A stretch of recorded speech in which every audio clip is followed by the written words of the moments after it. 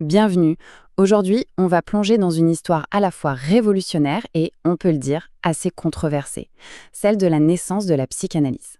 C'est l'histoire d'un homme et de sa quête pour comprendre ce qu'il appelait le côté nocturne de l'âme. Alors, pour bien comprendre, il faut se transporter à la fin du 19e siècle. Imaginez, l'hôpital de la Salpêtrière, à Paris. Là, des femmes souffrent d'un mal complètement mystérieux. Et les conditions, elles sont effroyables. Cette citation, elle nous donne une idée de la réalité de ce qu'on appelait les folles. Isolées, enchaînées, abandonnées. C'est vraiment dans ce climat de souffrance totalement incomprise que notre histoire va prendre racine. Et ça nous amène à la question centrale, la voici. Comment est-ce que la quête d'un seul médecin, un seul homme, pour comprendre cette détresse a pu littéralement bouleverser notre vision de l'esprit humain? C'est ce qu'on va découvrir ensemble en suivant les pas d'un certain Sigmund Freud. Ok, pour répondre à cette grande question, il faut d'abord revenir au point de départ. Tout commence avec ce qu'on appelait l'énigme de l'hystérie, et avec une figure médicale de l'époque qui, sans vraiment le savoir, a ouvert la toute première porte à Freud. À cette époque, l'hystérie, c'était un peu le diagnostic fourre-tout. On pensait que c'était une maladie de l'utérus qui ne touchait que les femmes et qui provoquait des symptômes vraiment spectaculaires. Et à la Salpêtrière, il y avait un homme qui régnait en maître sur ce domaine, le docteur Jean-Martin Charcot. On le surnommait carrément le Napoléon des hystériques. Mais ce qui est vraiment fascinant, c'est la méthode de Charcot. Il utilisait l'hypnose. Et sous hypnose, hop, il arrivait à faire disparaître temporairement les paralysies, les contractures. La conclusion, pour l'époque, était absolument révolutionnaire. L'hystérie, ce n'est pas une maladie du corps, de l'utérus, mais bien une névrose fonctionnelle, un trouble de l'esprit. Et en 1885, il y a un jeune médecin viennois, très ambitieux, qui assiste à ça, Sigmund Freud. Et il est, comment dire, complètement fasciné. Inspiré par ce qu'il a vu chez Charcot, Freud rentre à Vienne. Mais il lui manque quelque chose d'essentiel, une méthode. La clé, en fait, elle ne viendra pas de lui, mais d'une conversation entre un de ses collègues et une patiente. Une conversation qui va absolument tout changer. C'est le début de ce qu'on va appeler la cure par la parole. Alors parlons de ce cas si important, le cas d'Anao. Son vrai nom, c'était Bertha Pappenheim. Elle était la patiente du docteur Joseph Breuer, un ami de Freud, et ses symptômes étaient pour le moins déroutants. Imaginez, des paralysies, des pertes de mémoire, elle ne pouvait plus boire d'eau, elle avait même oublié sa propre langue, l'allemand. Et bien sûr, aucun examen physique ne pouvait expliquer tout ça. Et c'est là que tout bascule. Breuer fait une découverte incroyable. Il se rend compte que quand Anao arrive à mettre des mots, à raconter l'origine d'un symptôme, eh bien ce symptôme disparaît. C'est elle-même qui trouve le nom pour cette méthode, la talking cure, la cure par la parole. Forcément, quand Freud entend ça, il est fasciné. L'idée que l'écoute puisse être une forme de soin, c'est une révélation. Ce processus va donc prendre un nom, la méthode cathartique. L'idée est simple mais puissante. En parlant, on libère des émotions qui étaient coincées, refoulées, et ça provoque un soulagement. C'est vraiment la toute première brique, le fondement sur lequel la psychanalyse va se construire. Mais Freud, il ne s'arrête pas là, il va aller plus loin. Un jour, une de ses patientes, Fanny Moser, l'arrête net et lui dit « Ne me parlez pas, ne me touchez pas, écoutez-moi, c'est tout ». Ce moment, il est absolument crucial. C'est là que Freud décide d'abandonner l'hypnose. Il se retire littéralement du champ de vision de ses patients. Et c'est comme ça qu'il invente le divan. Le message est clair, à partir de maintenant, ce n'est plus le médecin qui dirige, c'est la parole libre du patient.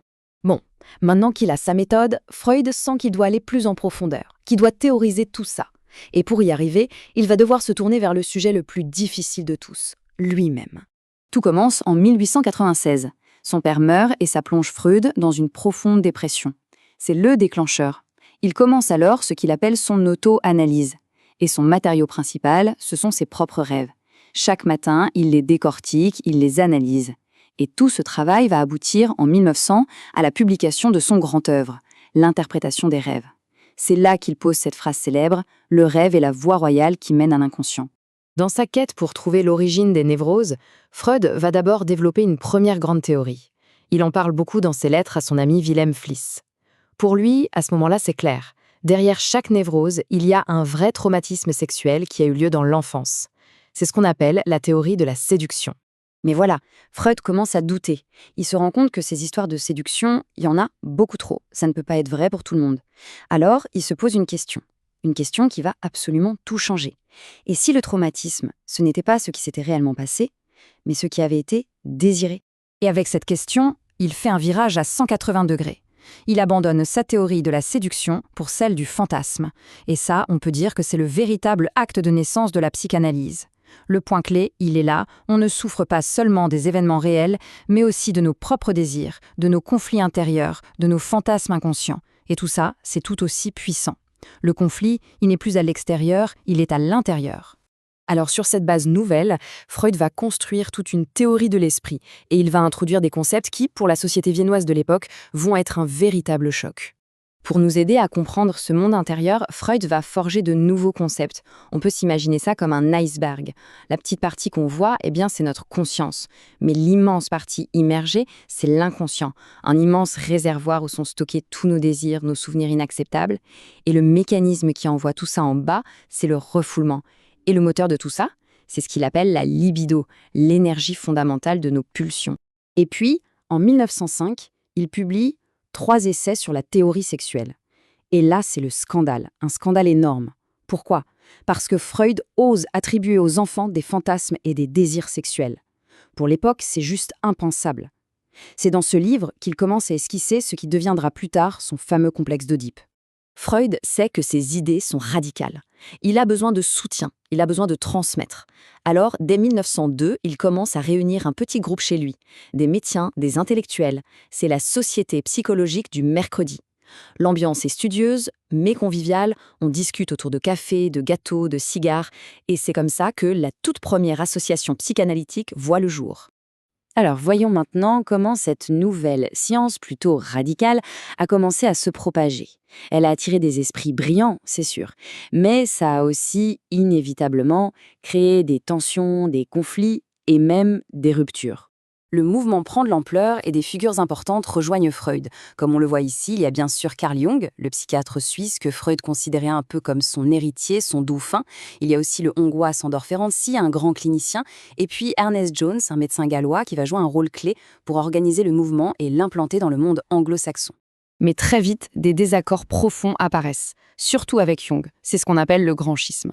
Pour faire simple, là où Freud voyait un inconscient personnel, largement centré sur le sexuel, Jung, lui, a développé l'idée d'un inconscient collectif, une sorte de mémoire partagée par toute l'humanité, pleine de mythes et d'archétypes.